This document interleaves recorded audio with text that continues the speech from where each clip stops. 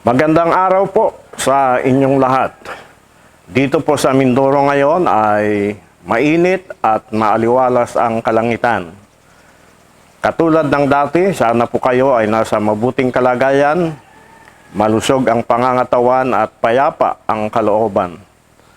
Bago tayo magsimula sa ating message sa araw na ito, ay babatiin ko muna ang ilang mga kapatid natin na nag-celebrate ng kanilang birthday sa linggo na ito. Unang-una, happy birthday to my balae, si Edita Aquino, dyan po sa Marikina. Siya po ang nanay ng husband ni Miles. Ganon din po, happy birthday to Konsehal Robert Parilla. Siya po ang isa sa mga konsehal ng aming barangay dito po sa Victoria at siya rin po ang isa sa mga leaders ng ating UMLC Church dito po sa Poblacion 3. Happy birthday also to Jocelyn Siguenza. Si Jocelyn po ay matagal din po naming nakasama sa bahay. In fact, maliit pa po si Bailey noong kasama namin siya. Happy birthday also to Antonio Cagayan. Siya po ang isa sa mga leaders ng UMLC doon po sa Barangay Militar sa Fort Magsaysay, Palayan City. Happy birthday also to Pastora Gladys Asido. Siya po ay graduate din po sa Miracle Revival Bible School. Sila po ang mga naunang graduates. At hanggang sa ngayon ay nagpapatuloy pa rin na nagsiserve sa Panginoon dyan po sa Taguig. Happy birthday to Annalyn Maynigo. Siya po ay isa sa mga members ng ating church sa Marikina. Also happy birthday also to Ruby Artes Baloria. Siya po ay isa sa mga viewers natin dyan po sa Cavite. Happy birthday also to Princess Mitch Jalimao. Siya po ay kasalukuyan ngayon na nasa Saudi Arabia. At happy birthday, Mitch. Last but not the least, happy birthday to Mrs. Becky Henson, dyan po sa Marulas, Valenzuela City.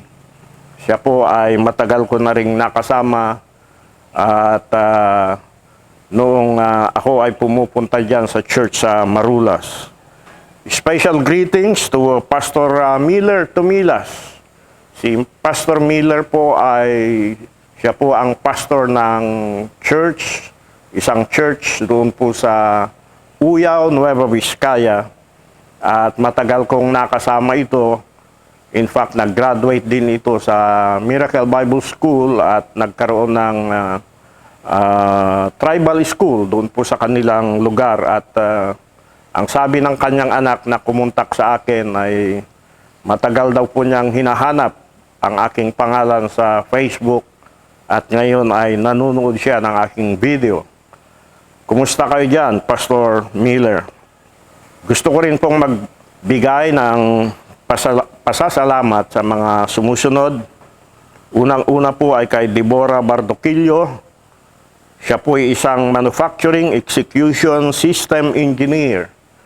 At sa kasalukuyan siya po ay nagtatrabaho diyan sa South Korea. At salamat Deborah sa favor na ibinigay mo sa akin.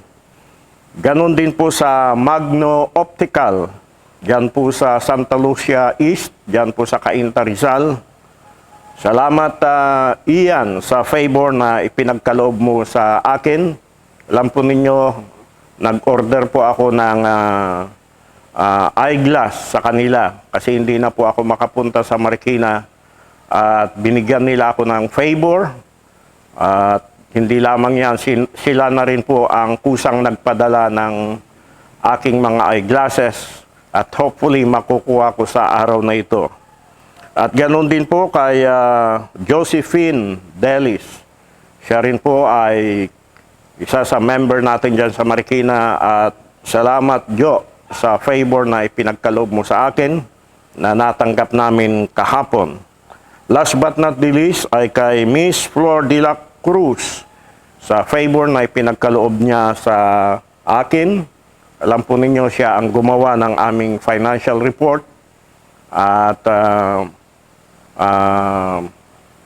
mahal po ang bayad sa kanya. Ngunit ako ay binigyan niya ng favor at maraming salamat, Flor. Ngayon ay maririnig natin ang isang special number in song entitled How Great Thou Art na ibibigay sa atin ni Jen Nair. At ito po ay aking inihahandog sa lahat ng mga birthday celebrants at sa lahat ng mga viewers.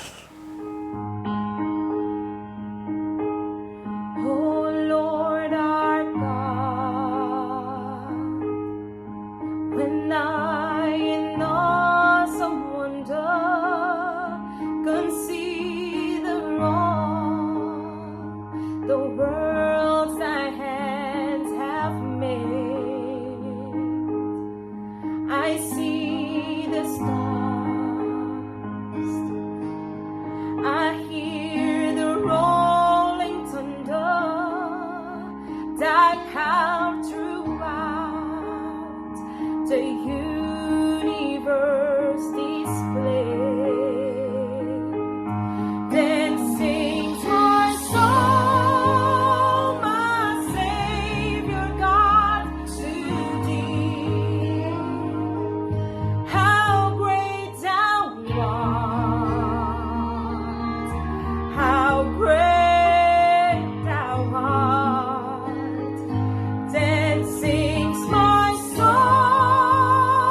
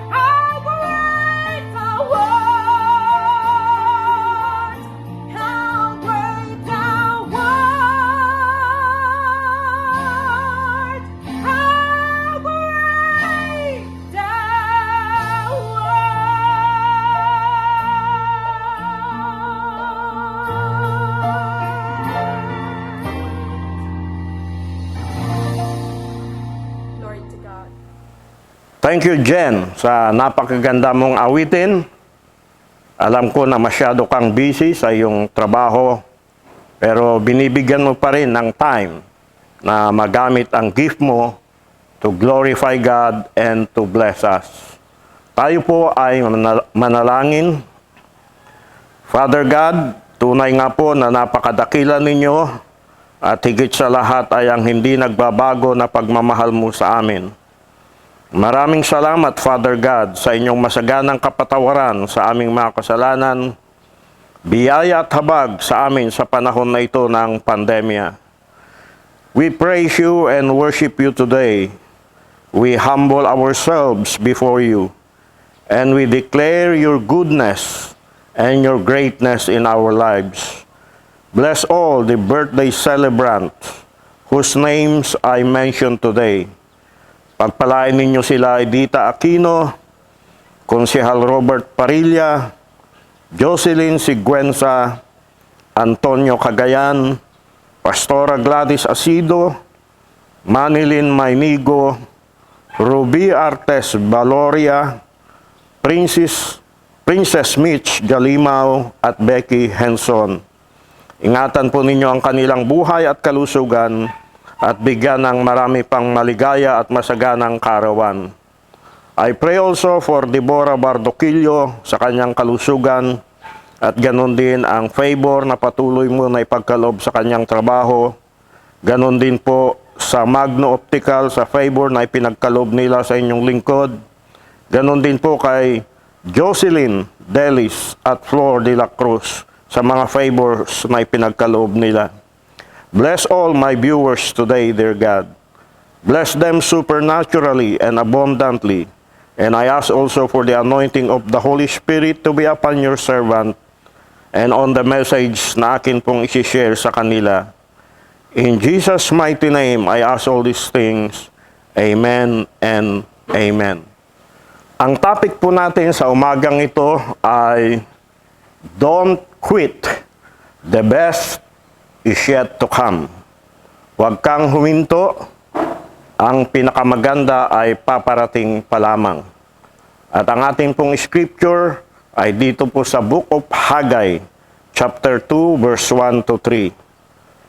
Noong ika-21 ng ikapitong buwan ng taon ding iyon, muling nagsalita si Yahweh sa pamamagitan ni Propeta Haggai upang ipaabot ang mensaheng ito kay Zerubbabel na gobernador ng Huda at kay Josue na pinakapunong pari, gayon din sa buong sambayanan.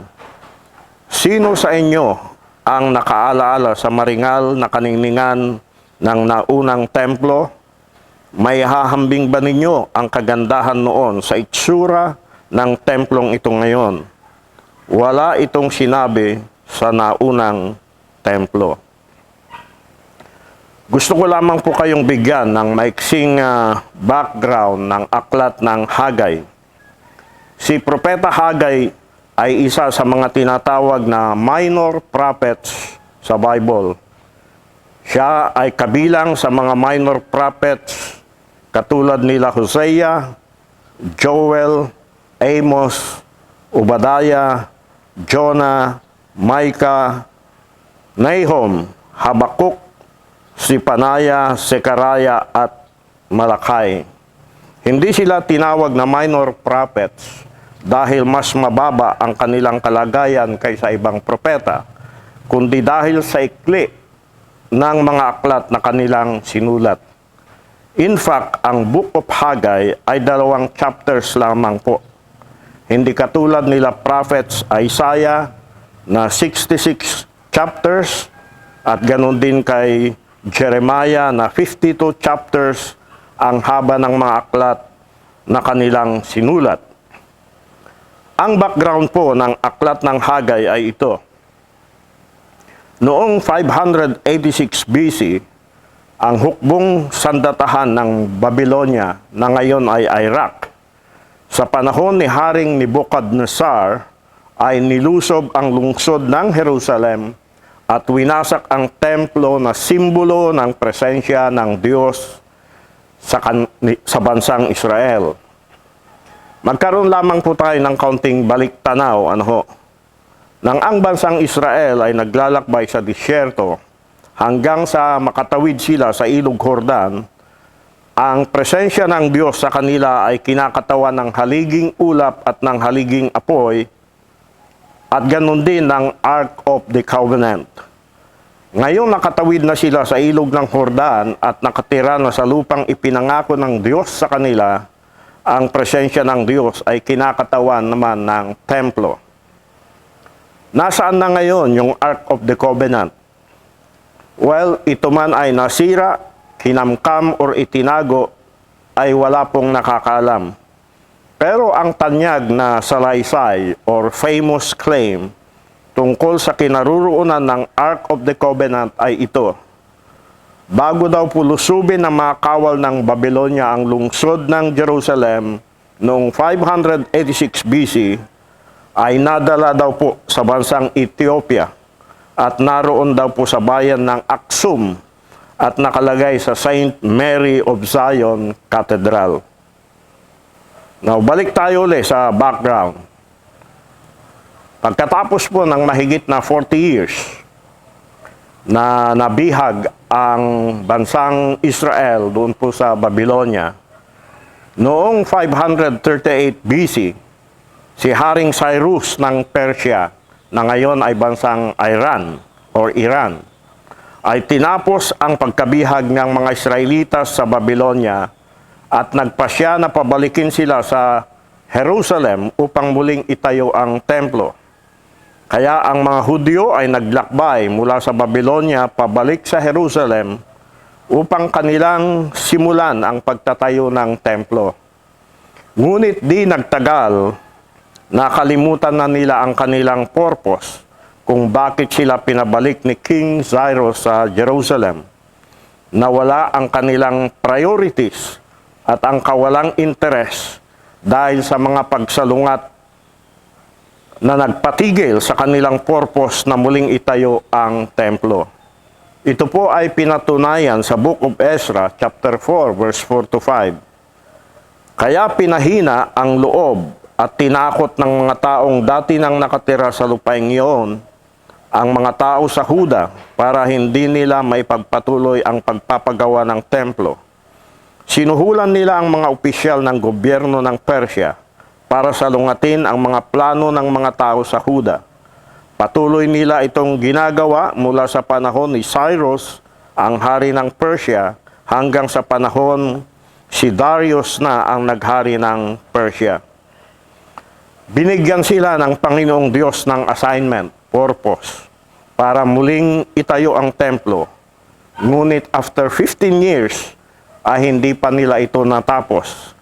Kasi nawala na yung kanilang excitement at napalitan na ng discouragement. Same thing with us today.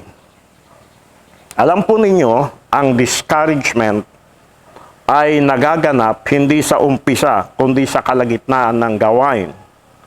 Kaya kung tayo po ay magsisimula ng gawain, asahan po natin ang opposition at discouragement na bahagi ng ating pang-araw-araw na menu or menu. Ang ibig sabihin po ng menu or menu ay listahan ng pagkain na available sa isang restaurant. Kung kayo po ay pupunta at kakain sa isang restaurant, ay bibigyan po kayo ng listahan ng mga pagkain na available at hindi available. So, ganun din po tayo. Kung tayo po ay gagawa ng isang proyekto o ng isang gawain para sa Panginoon, asahan na po natin ang opposition at discouragement na bahagi ng ating pang-araw-araw na menu. Alam po ninyo, madaling mag-umpisa, mahirap tapusin ang inumpisahan. Madaling mag-enroll, mahirap mag-aral. Madaling mag-apply ng trabaho, mahirap magtrabaho. Gustong magtagumpay, ayaw magsakripisyo. Excited tumanggap kay Lord, hindi naman nagpapatuloy. Excited maglingkod kay Lord, ayaw namang pa-disciple. Excited maging leader, di naman marunong sumunod. Kaya ang nangyayari, puro simula at walang natatapos. Sabi nga nila, puro drawing. Kaya ang assignment dito ni Prophet Haggai ay tumulong na pakilusin or i-motivate ang pamayanang Israel para ipagpatuloy nila ang kanilang pagtatayo sa templo. Nakatanggap po ako ng isang message mula sa isa nating viewers at ganito po ang sinabi niya. Isa sa mga preaching ninyo ang nakapag-motivate sa akin bilang Kristiyano. I am really blessed on how the Lord anoint you to preach or share His Word. Now, ikaw ba ay pinanghihinaan ng loob? Kung kayo po ay pinanghihinaan ng loob, hindi nangangahulugan na kayo ay mahinang Kristiyano. Hindi ito palatandaan ng weakness o kahinaan. It is a sign of being real, true and honest.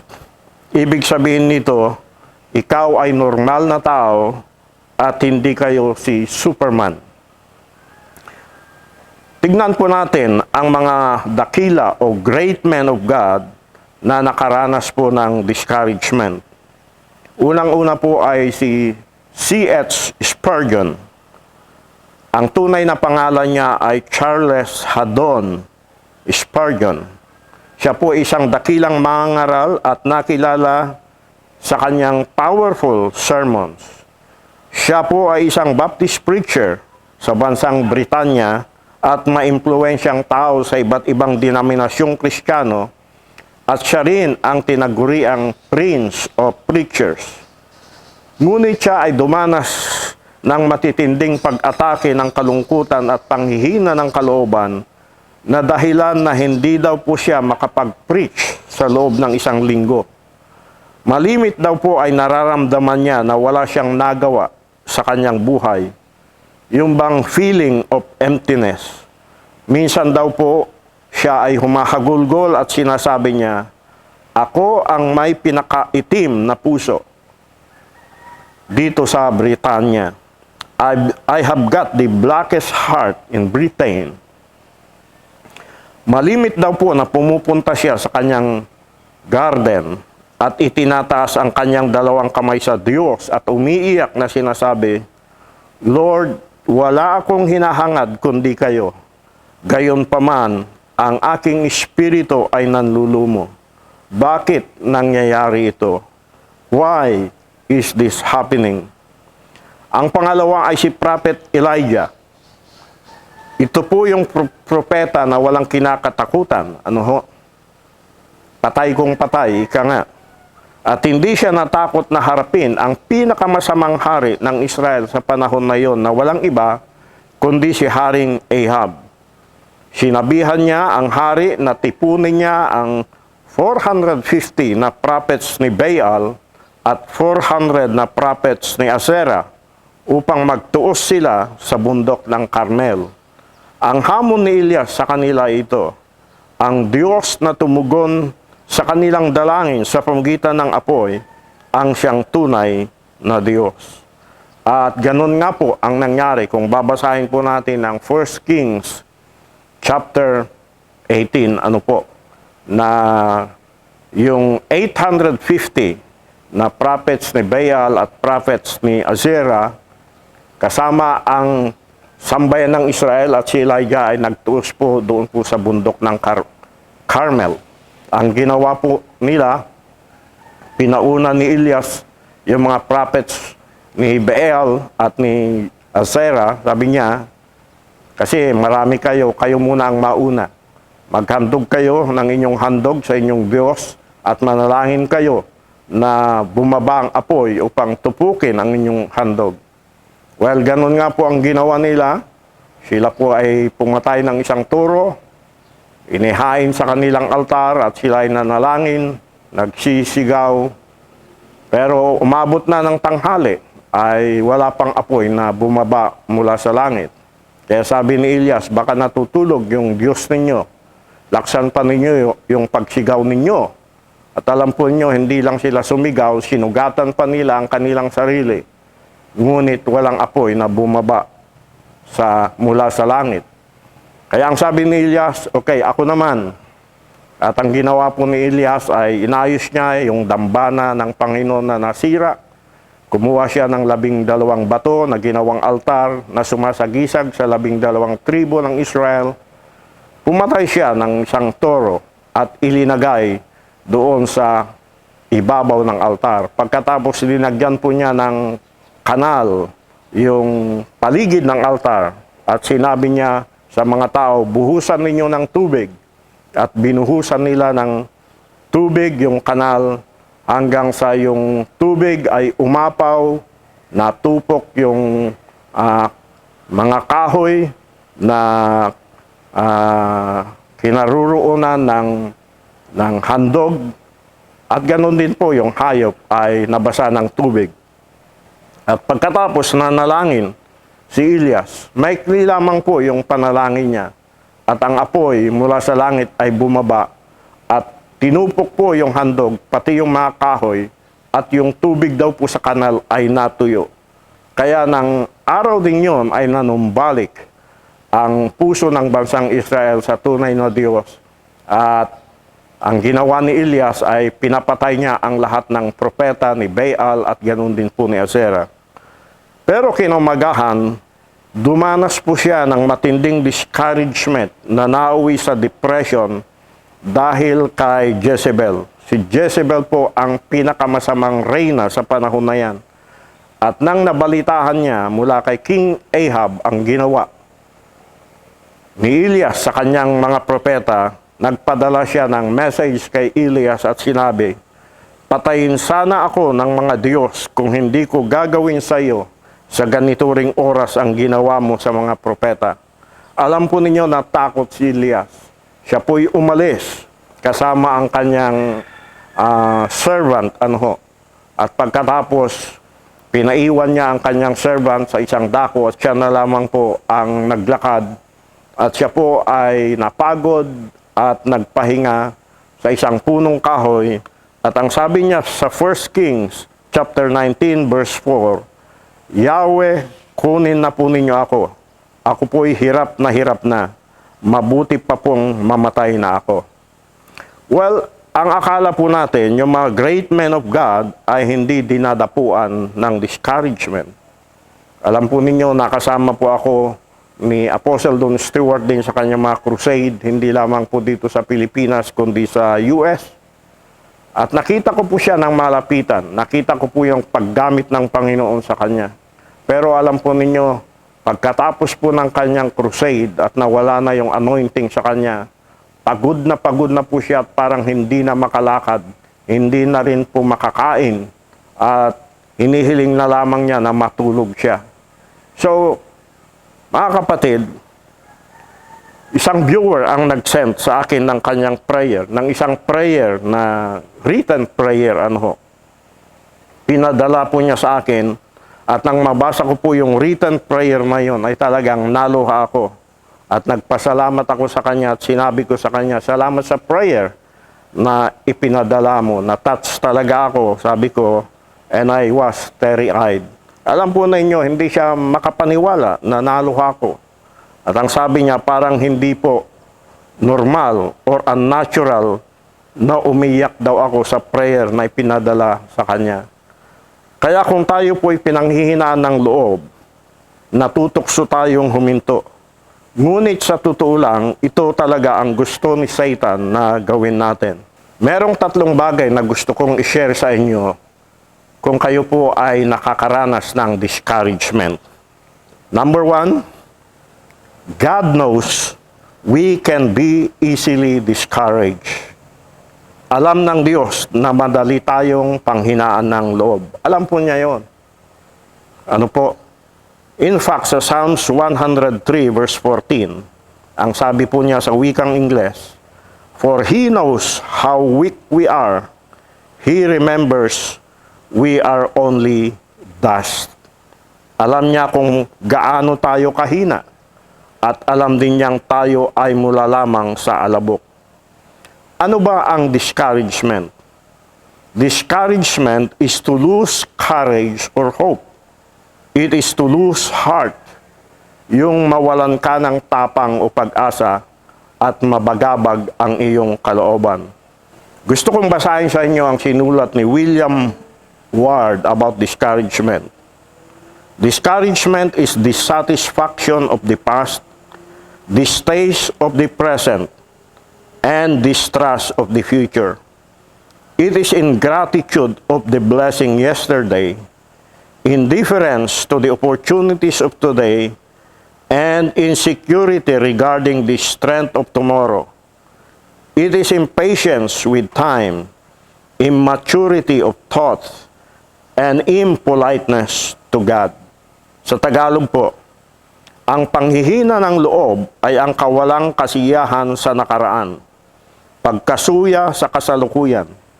Ito ay ang kawalang utang na loob sa nakaraang mga pagpapala, pagwawalang bahala sa mga pagkakataon sa kasalukuyan, at kawalan ng kapanatagan ukol sa lakas ng kinabukasan. Ito ay ang pagkainip sa kapanahunan, pagkahilaw ng kaisipan, at kawalang pitagan sa Diyos. Kung tayo po ay nadi-discourage, napakadali po na tayo po ay huminto.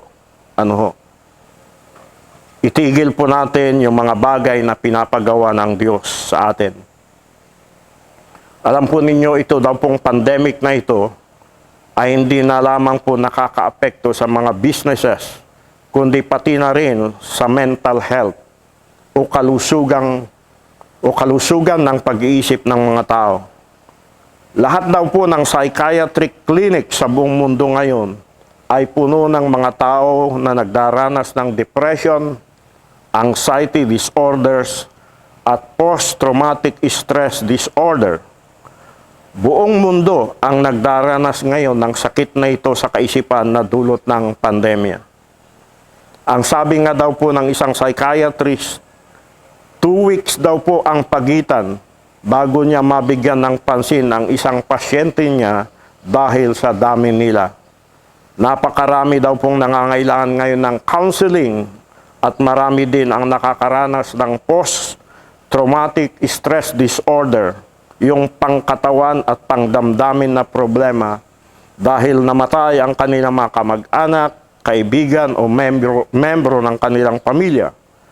Marami din daw po ang nagdaranas ng depression, ibig sabihin matinding kalungkutan dahil nawalan ng trabaho o nagsara ang kanilang negosyo.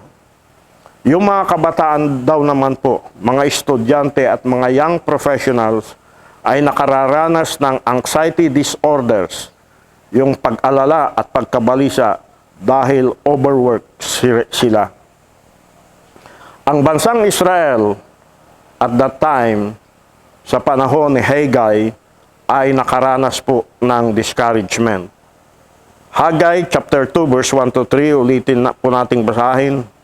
Nang ikapitong buwan ng ika-21 buwan, dumating ang salita ng Panginoon sa panggitan ni Haggai na propeta na nagsasabi, "Salitain mo ngayon kay Zerubbabel na anak ni Shealtiel na gobernador sa Huda at kay Josue na anak ni Josadak na pangulong saserdote at sa nalabi sa bayan na sabihin mo, sino ang nananatili sa inyo na nakita o nakakita sa bahay na ito sa kanyang dating kalwalhatian?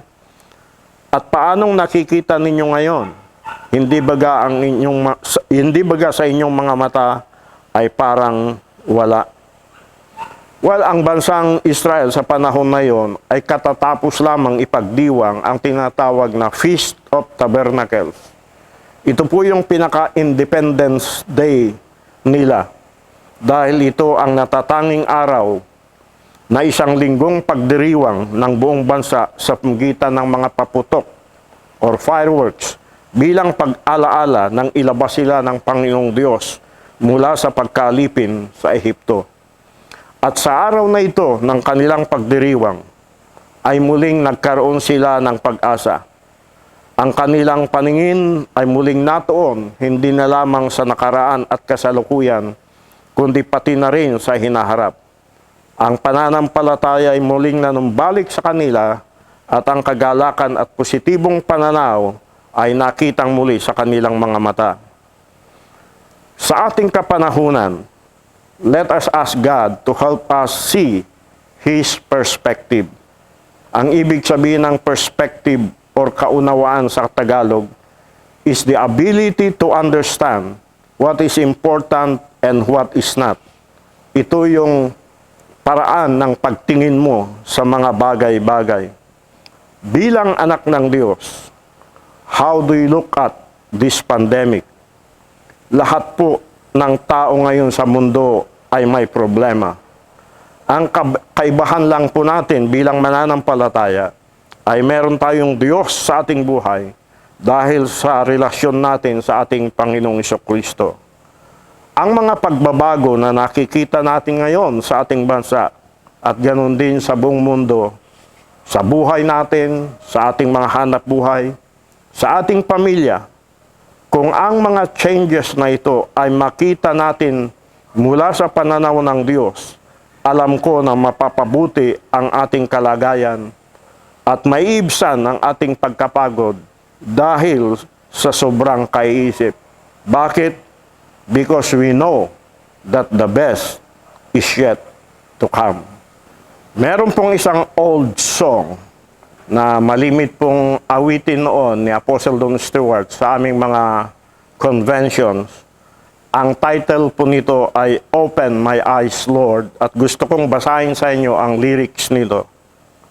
Sabi niya, Open my eyes, Lord, I want to see Jesus, to reach out and touch Him and say that I love Him. Open my ears, Lord, and help me to listen. Open my eyes, Lord, I want to see Jesus. Alam po ninyo, meron pong malaking kaibahan sa pagitan ng nakikita natin na nangyayari sa mundo at yung nakikita natin kung paanong ang Diyos ay kumikilos sa likuran ng mga pangyaring ito at ginagamit niya ang mga ito sa paraan na gusto niya. Kaya nga po ang sabi doon sa Book of Romans, all things work together for those who love God and called according to His purpose. Yung nakikita mo kung ano ang nangyayari at bakit ito ay nangyayari ay katulad ng kaibahan ng impormasyon at ng tamang pananaw or perspective. Malaki po ang pagkakaiba sa pagkakaroon ng impormasyon at ng aktwal na nangyayari, like the difference between perception and reality. Bigyan ko po kayo ng halimbawa. Nung ako po ay nasa Don Stewart Ministries pa, ako po ay malimit noon na pumunta sa Zamboanga City. At alam po ninyo, pag dumarating po ako doon, ang sinasabi nila sa akin, yung mga members doon, alam mo, Bishop, sabi nila, ang perception ng mga tao sa Manila, ang Zamboanga City ay napakagulo. Pero sa katotohanan, payapa dito. Kasi lahat ng mga nangyayari dito sa Mindanao, ang itinalagay kasi ay Zamboanga City, ang pinagmulan ng balita. Kaya ganun ang kanilang perception. At totoo nga naman, kung ikaw ay nasa Manila at nababalitaan mo ang nangyayari sa Mindanao, parang napakadelikado talaga na pumunta doon. Pero alam po niyo, pagdating ko ng Zamboanga City, ang daming bangko, ang daming restaurant. At hindi lamang yan, sa gabi, yung mga tao ay nandoon sa along the seashore at napakaraming restaurant doon. At walang anumang kaguluhan. Well, wala nga lamang po ako nakikitang gaanong foreigners doon. So, sa panahon na ito, hindi natin kailangan ang marami pang impormasyon. Dahil lahat na yata ng impormasyon na gusto nating malaman ay nakukuha na natin through social media. Ang kailangan natin ngayon ay more understanding, more discernment, more wisdom, at more true perspective. Tanging ang mga matatalinong tao ang nakakakita ng pananaw ng Diyos sa mga nangyayaring ito sa mundo. Only wise people see God's perspective on the events happening in the world. Sa Psalms 103 verse 7, He made known His ways. Ibig sabihin, His will, His character, His righteousness and justice to Moses, and His acts to the people of Israel. Kanyang ipinaalam ang kanyang mga daan kay Moses, ang kanyang mga gawa sa mga anak ni Israel. Ang ibig sabihin po nito, ang kalooban ng Diyos sa panahon na yon ay ibinigay niya kay Moses sa pamagitan po ng mga kautusan, lalong-lalo na ang Ten Commandments. Kasi po yung Ten Commandments, yun po ang karakter ng Panginoon. Yun po ang righteousness ng Panginoon. Yun po ang justice ng Panginoon. Yun ang kalooban ng Panginoon. Hindi na ipahayag yun ng Diyos sa bansang Israel. Ang nakita ng mga Israelitas ay yung gawa ng Panginoon. Yung mga milagro na ginawa ng Panginoon. Kaya nga po, sa panahon na ito, kinakailangan po natin ang perspective ng Panginoon upang sa ganon magkaroon tayo ng kapayapaan. Sa Isaiah chapter 58 verse 8 to 9, My thoughts are nothing like your thoughts, says the Lord, and my ways are far beyond anything you could imagine. For just as the heavens are higher than the earth, so my ways are higher than your ways, and my thoughts higher than your thoughts. Dapat na maunawaan natin ang daan ng Diyos. Dapat nating tingnan o hawakan ang pandemyang ito, hindi lamang sa pagkakaroon ng kaalaman tungkol sa COVID-19, kundi sa pamagitan ng karunungan at tamang kaunawaan. We must handle this pandemic, not just knowledge about COVID-19, but with wisdom and with God's perspective, with true understanding.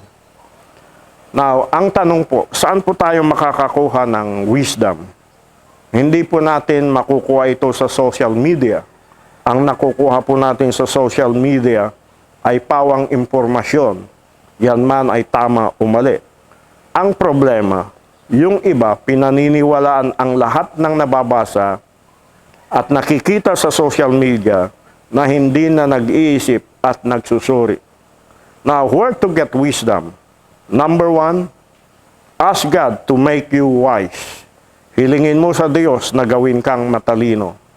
James chapter 1 verse 5, Ngunit kung ang sino man sa inyo ay kulang sa karunungan, humingi sa Diyos at siya'y bibigyan, sapagkat ang Diyos ang nagbibigay or ang Diyos ay nagbibigay ng sagana at hindi nanunumbat. Wisdom comes only from God. Alam na po natin yan. Wisdom is the proper application of knowledge. Yung knowledge po, nakukuha po natin yan sa ating mga paaralan, sa mga aklat na ating binabasa, at iba pang mga sources of knowledge. Pero ang wisdom ay galing talaga sa Panginoon.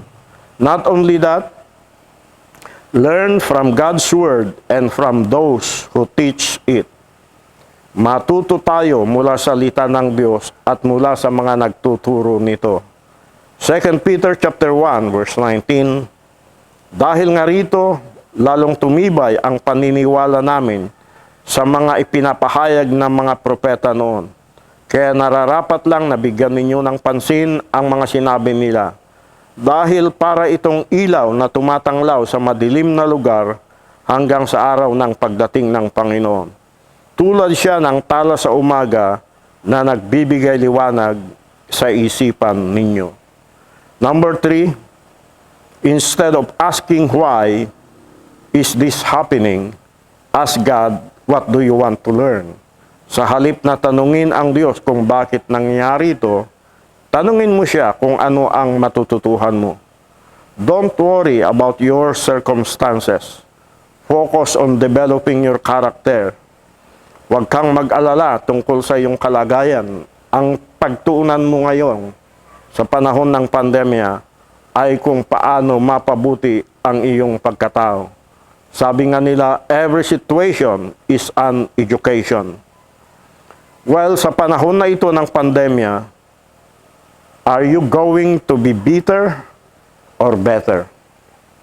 How are you today? Naghihinanakit ka ba o mas napapabuti ka?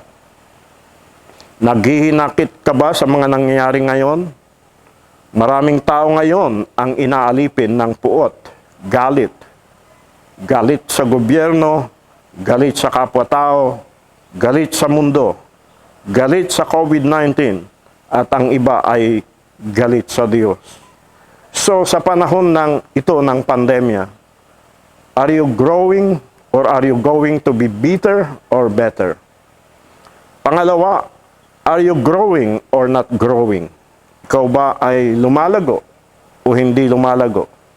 Romans chapter 5 verse 3 to 4, we can rejoice even in our struggles because we know they help us learn endurance. And endurance develops strength of character, and character creates hope. Matutuhan po nating magtiis kasi pinagtitiisan din tayo nitong COVID-19. Pero jokingly aside, what I really learned from this pandemic is the importance of life. Kaya ang lagi kong sinasabi sa mga nag-birthday o mga binibigyan ko ng message, ang lagi kong sinasabi ay ito: stay safe, stay healthy, and stay in love with God. Meron pa bang mas mabuti kaysa diyan? Well, sabihin mo man, sana magtagumpay ka, sana yumaman ka. Pero kung ikaw ay walang buhay, wala kang kalusugan, wala kang Diyos sa buhay mo, paano ka sa panahon ng pandemyang ito? Not only that, hindi lamang po yung kahalagahan ng buhay, ngunit yung kahalagahan ng pamilya at pagiging malapit sa iyong pamilya. Alam po ninyo, nung hindi pa nagkakapandemya, talagang secondary lamang po yung pamilya sa atin dahil po sa busy tayo sa maraming bagay. Pero sa pandemyang ito ay ginising tayo at nagkaroon tayo ng tamang kaunawaan kung ano yung mga bagay na mahalaga sa atin. At ganun din po yung kahalagahan ng pagtulong sa ibang tao through prayers and material things. Wala nang hihigit pa o gaganda pa dyan. Kaya ako po ay labis-labis na nagpapasalamat sa Diyos na sa age kong ito, na 70 plus na, sa halip na ako ang tulungan, ay nakakatulong pa rin sa ibang tao, lalong-lalo na po sa mga bata. In fact, sa linggong ito, this month, baka makapagbigay din po kami ng mga school supplies, sa mga sponsored kids at ganoon din po ng mga vitamins. Well, napaka ligaya po na sa panahon na ito ng pandemya, kahit sa maliit na paraan ay nakakatulong tayo. Ako rin po ay nakakatulong sa ating mga viewers sa pamamagitan ng mga prayers. Marami pong nagpapadala ng mga prayer requests dahil na-COVID po sila or na-COVID ang kanilang mga mahal sa buhay. At pinagpipray ko po sila at binibigyan ko po sila ng encouragement. But most of all, na natutuhan ko sa pandemyang ito ay ang kahulugan ng pagkakaroon ng tunay na relasyon at pagtitiwala sa Diyos. Well, sa atin pong pagwawakas, balik po tayo sa topic natin. Don't quit. The best is yet to come. Because, number one, God knows we can easily be discouraged. Sa susunod na linggo ay atin pong pag-aaralan ang dalawa pang bagay na dapat nating malaman kung tayo po ay pinanghihinaan ng loob. Mga kapatid, ang buhay ay isang pakikibaka at tayo po ay nasa School of Character Education. Ang ibig sabihin ng character ay yung kabuuang katangian ng isang tao na natatangi siya sa iba. Kaya kung ikaw ay tao na may positibong karakter sa panahon na ito, mas higit ang pag-asa mo. Kaya po in this pandemic season, let us focus on what never change. Mag-focus po tayo sa mga bagay na hindi nagbabago. Number one, God's love will never change. Jeremiah chapter 31 verse 3, inibig kita ng isang walang hanggang pag-ibig, kaya't ipinagpatuloy ko ang aking kagandahang loob sa iyo. Romans chapter 5 verse 8, ipinakita ng Diyos sa atin ang kanyang pag-ibig sa ganitong paraan, kahit nung tayo'y makasalanan pa, namatay si Kristo para sa atin. God's love will never change. Pangalawa, God's truth in His Word will never change. Ang damo ay natutuyo at ang bulaklak ay nalalanta, ngunit ang salita ng ating Diyos ay mamamalagi magpakailanpaman. And then number 3, God's plan and purpose in your life will never change. Psalms 33 verse 11, ngunit ang plano ng Panginoon ay mananatili magpakailanman at ang kanyang mga balak sa salit-saling lahi ay matutupad. Kaya ito po yung mga bagay na hindi nagbabago na dapat nating pagtuunan ng ating pansin sa panahon na ito. Bago tayo mag-pray, may natanggap ako na prayer request mula sa asawa ng isang pastor sa linggong ito, at ito ang sinabi niya. Patuloy po natin ipag-pray ang complete healing ng husband ko. Naka-isolate po siya sa bahay na mag-isa at may ubo pa. Yung kapatid ng father-in-law ko ay namatay kahapon. Nag-ubo at namatay sa ospital. Abo na po siya. Okay po ako at salamat sa prayers ninyo. 3:30 a.m. gising na po ako at nananalangin. Maraming pastors dito sa amin ang may sakit. Yung mag-asawang pastor dito sa amin, naka-isolate na din po. Yung friend naming pastor sa kalapit bayan namin ay parehong hinihingal at inuubo. Yesterday, namatay ang barangay chairman namin dito. Well, ganyan po ang larawan ng ating bansa ngayon at ng buong mundo. Hindi po nababawasan ang namamatay, nadadagdagan araw-araw. Kaya napakahalaga po mga kapatid, ang talagang buod ng message ko ngayon, kung gusto natin na mapasa atin po ang the best ng Panginoon, ay yung magkaroon tayo ng tamang pananaw, tamang perspective sa mga nangyayari ngayon. Magkaroon tayo ng wisdom na galing sa Panginoon at mag-focus tayo sa mga bagay na hindi nagbabago. Tayo po ay manalangin. Dakilang Diyos at dakilang Ama, maraming salamat po sa araw na ito sapagkat buhay pa kami. Salamat po Panginoon sapagkat matino pa ang aming kaisipan, malusog ang aming pangangatawan, at meron kaming kalakasan na gawin ang mga bagay na dapat naming gawin. At ganun din po, O Diyos, makapagbigay ng tulong sa mga nangangailangan, Panginoon. Lord, sa umagang ito, idinadalain ko po ang lahat ng mga viewers, Panginoon, ngayong umaga. Hindi ko po alam ang kanilang mga pangangailangan. Marahil sila ay merong COVID, ngunit nahiya lamang po sila na sabihin at sinasarili na lamang po nila, God, in the name of Jesus, mahabag ka po, Panginoon, sa inyong mga anak. Lalong-lalo na po sa mga kapastoran at mga mananampalataya na dinapuan ng karamdaman na ito. Lord, you are the healer at wala pong imposible sa inyo. Kung napapagaling po ninyo yung mga salot noong mga nakaraang mga panahon, Lord, walang dahilan na hindi mo mapuksa ang salot na ito. Litong-lito na po ang buong mundo. Bagamat ang vaccine ay available sa panahon na ito, ngunit Panginoon, hindi po nababawasan ang naapektuhan at ganon din po ang namamatay. I'll pray, O God, for your children, O Lord. Sa lahat ng mga anak mo, Panginoon, cover us with your precious blood. Protect us, God, from this pandemic. na matigil na po, Panginoon, ang kamatayan, O Diyos, sa aming bansa at sa buong mundo. Salamat po, Diyos, sapagkat meron kaming kapanatagan sa araw na ito na gawin ang mga bagay na dapat naming gawin.